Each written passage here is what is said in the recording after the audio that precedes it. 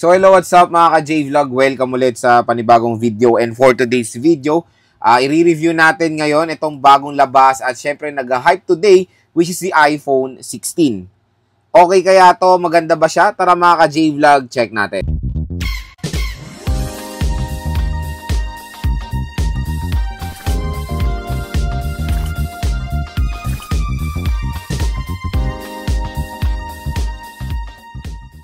So yan, shoutout po sa mga nakapanood ng aking unboxing dito sa iPhone 16. So ito ang iPhone 16 ay recently lang official lumabas dito sa Philippines. So pagpasensyahan nyo na rin pala yung ating background mga ka-J-Vlog dahil nasa vacation mode tayo. Pero kahit vacation, ano pa rin tayo? Mag-re-review pa rin tayo mga ka-J-Vlog. So ito yung iPhone 16, color white yung ating napili. Ayan siya. So, available to sa 5 colors as of today. Pero kung kilala nyo naman si Apple, meron silang possibility na nag-release ng mga special colors. Pero itong iPhone 16 ay available sa color teal, white, black, pink, and of course, yung kanilang parang special color din sa ganitong series. Or yung new color is yung ultramarine. So, yun yung gusto kong color pero nag-decide tayo mag-color white ngayon. Ayan, maganda naman tong iPhone 16 mga ka-J-Vlog. Ayan siya. So, ito yung iPhone 16 at yun nga, na-release lang siya recently dito sa Philippines official pero pwede na tayo makabili niyan ng mas mura, of course, sa Green Hills. And naging available na rin to sa GH nung September 22 ata yun, nung kakalabas lang sa ibang bansa. Meron na sa GH. Pero ngayon, since official na siyang lumabas sa Philippines, sa Philippine market, expect nyo na mas mura na po itong iPhone 16 sa Green Hills. So, yun nga, saan ba tayo makakabili ng mga legit iPhone sa Green Hills? Wala na iba kundi sa mga nire-recommend natin shop. Unang-una kay Ate Mayet sa CMB Gadgets and of course kay Ate Annette sa ZMB Cellphone Accessories. Available din po ang iPhone 16 sa kanila. Kaya kung interested kayo mag-purchase nito, ayun, i-check nyo na lang po yung kanilang link sa description box, yung kanilang Facebook pages. So, proceed tayo dito sa iPhone 16. So, share ko naman sa inyo yung official price niya dito sa atin sa market natin. Yung 128 netong iPhone 16 naglalaro sa 54,990. Yung 256 is 61,990. At yung 512 medyo expensive, 73,990. Pero, yun nga, pag bibili nyo to sa PowerMac, yung 128 neto naglalaro sa 59,990, 60,000 pesos. Pero available yun for 24 months installment. Iba po ngayon yung price ng credit card compare sa cash price, which is 5,000 pesos price difference lang naman, and magaganda rin naman yung offer ng mga credit cards ngayon. Tulad na lang sa akin, sa PNB credit card ko, pag bumili tayo ng iPhone 16, meron tayong cashback na 5,000 pesos. So parang binili nyo rin siya ng SRP na cash price. Tapos 24 months, tapos buy now, pay next year pa. So ganun mga ka-J-Vlog, ang ganda ng mga offers ngayon ng mga credit card, lalo na sa PowerMac, Metrobank, BDO, BPI, HSBC, lahat ng mga major credit cards ay maganda po ang offer sa iPhone 16 ngayon 2024. Pero yun nga, kung ayaw nyo ng installment, meron tayong mas mura mo kuwang below SRP na mga iPhones nga sa Green Hills, kay Ate Mayet and of course kay Ate Annette. So nag-decide ako bumili ng iPhone 16 base model kasi puro tayo Pro Max and Pro.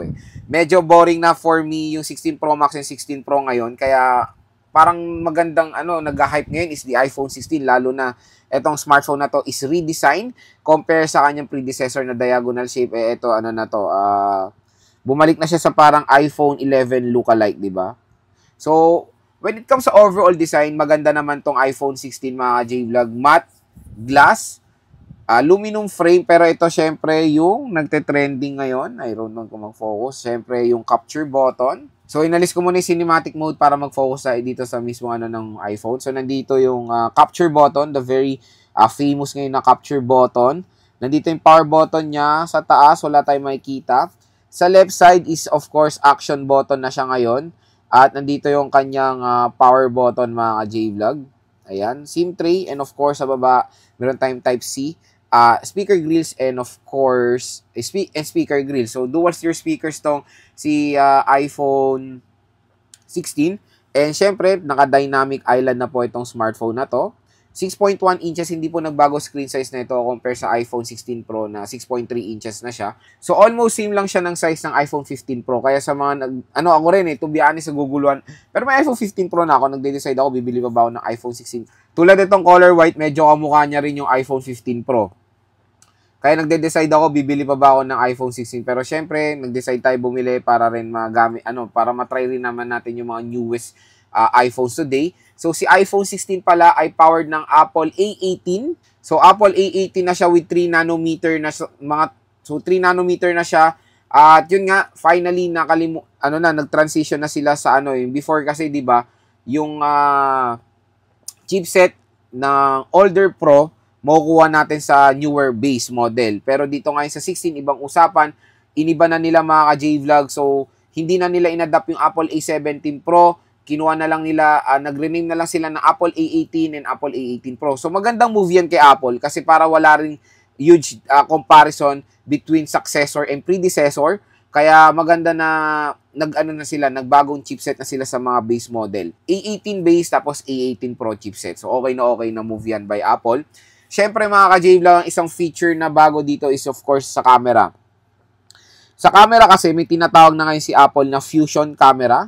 So, sa Fusion camera, yes, kung makikita nyo, dual camera lang itong iPhone 16. Pero mga ka-J-Vlog, 4 lenses po ang pwede natin magamit dito. For example, pwede tayo gumamit ng main shooting, ultra-wide camera shooting, macro lens shooting, and of course, telephoto lens shooting. So, yun yung maganda dito sa iPhone 16 today is pwede tayong gumamit ng 4 lenses. So, yun yung sinatawag na Fusion camera ngayon ni Apple. Pero itong dalawang camera na to is ultra-wide and of course, the main camera. So, 48 megapixel main camera and 12 megapixel ultra-wide camera. So, meron tayong mas pinagandang ultra-wide camera sa Pro Max which is 48 megapixel ultra-wide camera. So, malay nyo sa iPhone 17, di ba, maging 48 megapixel na rin yung ultra-wide camera nito. Overall form factor, napakaganda, very premium looking itong iPhone 16.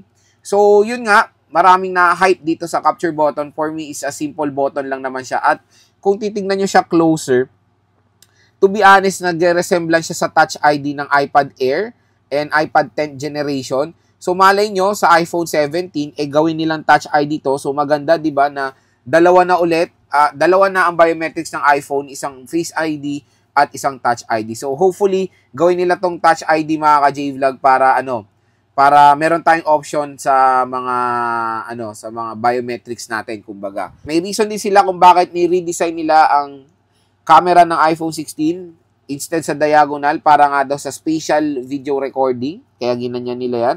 Sa mga hindi nakakalaman ano ba yung spatial recording, so yun yung ginagamit nila for 3D sa Apple VR nila. So, magre-record kayo ng video doon, tapos pag nilagay nyo sa Apple VR, parang yun nga, magti-3D siya. So, maganda yun. So, very high-tech yung spatial recording naman ng Apple. And, minsan, nagfo-focus talaga sa Apple VR. And, alam nyo naman, hindi naman nag-hype sa atin ng Apple VR, di ba? Sa screen, pag-usapan natin screen, 6.1 inches, Super Retina OLED display with a 60Hz refresh rate. So, ito lang yung isang major na nakakalungkot sa iPhone 16. It's 2024. 60Hz refresh rate pa rin yung kanilang base model. I hope gawin na nila tong 120Hz, di ba? Kasi, mga murang smartphone nga, minsan makakita ka na ng 144Hz screen refresh rate, di ba? So, 120Hz, hopefully iPhone 17 magkaroon na, pero 60Hz refresh rate is an outdated refresh rate ngayong 2024, lalo na sa ganitong expensive na smartphone. Pero overall, when it comes sa screen, maganda naman. Dynamic Island na siya, mga ka-J-Vlog. So ito, quick reminder lang pagdating sa battery. Battery neto is mababa lang, ha. 3,500 plus mAh lang ang battery capacity ng iPhone 16. Kaya expect nyo na yes, nung ginagamit ko to as my daily driver, even the iPhone 15 Pro, mabilis talaga silang malobat compare sa mga Pro Maxes. Kaya kung bibili kayo ng iPhone, I suggest go for the Pro Max. Lalo na kung battery talaga habol nyo. Pero when it comes, hindi naman sobrang bilis malobat yung hindi naman yung sobrang bilis na ilang hours lang laki ng battery capacity yung mababawas. Yung hindi naman malaking battery percentage agad yung mababawas. Kumbaga, kung talaga ito yung main phone nyo, asahan nyo dito tatagal isang araw. Kumbaga, when it comes sa battery. Kaya bumili ako ng MagSafe Power Bank. Ito, by Ugreen. So, Ugreen yung ginagamit ko. So, as a backup power bank, syempre sa inyong iPhone. And even iPhone 15 Pro, expect nyo talaga when it comes sa ganitong mga form factor, yung mga maliliit, mabababa lang battery capacity ng mga iPhone sa ganito. Ang pinaka-solid na battery so far na na-try ko is sa mga Plus model and Pro Max model. Pero all goods naman, makakalaro rin kayo dito sa iPhone 16. Napakalakas ng chipset na ito. Pwede ito sa lahat ng heavy games ay available. Pwede naman ma-try or pwede naman malaro dito sa iPhone 16. Marami rin kasing consumers mas piniprefer yung ganitong screen size or yung ganitong form factor. 'Di ba? Mas maliit siya. And nga, nag-decide ako bumili ng mas maliit na model. And nag-decide ako bumili ng ng base model para kumpleto na tayo. Base, Pro, and Pro Max. So, kulang na lang 6 Plus model, no? Pero hindi ko na bibili na baka sa 17 Plus na lang. And then, in fairness, itong iPhone 16, pero medyo madulas lang, of course, dahil sa kanyang matte finish design. Kaya sa mga bibili nitong iPhone 16, tinatanong nyo, ay mamaya later sa ating video, magpo-provide din ako ng mga photo samples itong iPhone 16.